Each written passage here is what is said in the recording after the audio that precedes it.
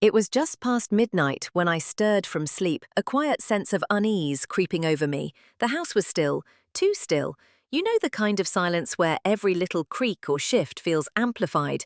That's what I woke into, and then the mattress dipped slightly beside me. I wasn't dreaming. I turned my head slowly, blinking into the dim moonlight that spilled through the blinds. There, standing awkwardly next to my bed, was my son, Ethan. "Ethan?" I whispered, still groggy. "What's going on, honey?" He didn't answer right away. He just stood there, his hands shoved deep into the front pocket of his hoodie, shoulders stiff, like he was holding something in. He was 17 now, tall, quiet, almost grown. It had been years since he came to me like this. Not since he was little and afraid of nightmares or thunderstorms.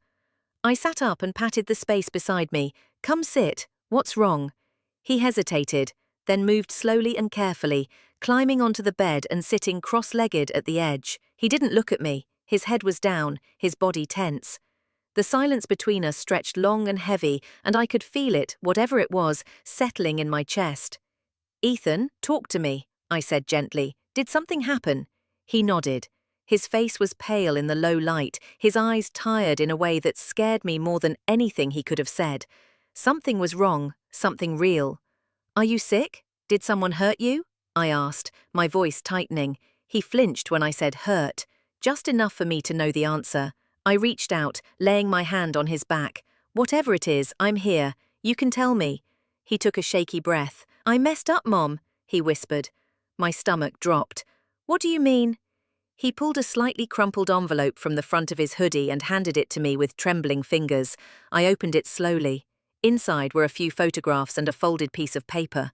The first image took my breath away. It was Ethan, standing in what looked like a messy garage surrounded by two other boys I didn't recognize. Empty soda cans, wrappers, and clutter filled the space, but it wasn't the setting that got me, it was the action. In the first photo, Ethan was trying to break up a fight. In the second, he was on the ground, his nose bloodied, his expression dazed. My heart clenched. "Ethan," I breathed, "what is this?" He wiped his eyes.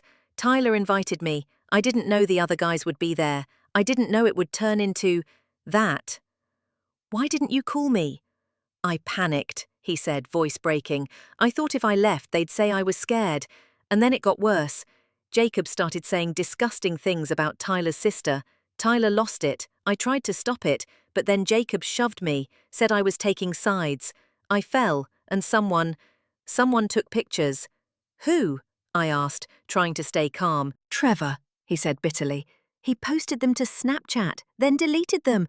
But he told me if I said anything, if I told the school or you, he'd send them to the principal. Said it would look like I was part of it, that I'd get suspended, or worse." I could barely breathe, my fists clenched in my lap. Anger, confusion, and fierce protectiveness warred inside me. "He said I'd disappoint you," Ethan added quietly. "That you'd think I was part of it. I didn't want that. I didn't want to mess everything up." Tears stung my eyes. "Ethan," I said, pulling him into a hug. "You did the right thing coming to me. I'm proud of you. So proud." "I didn't even know if I should show you," he said, voice muffled against my shoulder. "I didn't know what you'd think." "I think you're brave," I said. "You tried to stop something wrong. That matters." He let out a long, trembling breath like he'd been holding it for days. "I want to talk to the school counselor tomorrow, but I don't want to go alone." "You won't," I told him. "We'll go together." That night, I didn't go back to sleep. Ethan did, finally, curled up beside me, his breathing soft and steady. I lay there watching him, my mind already moving through the steps ahead.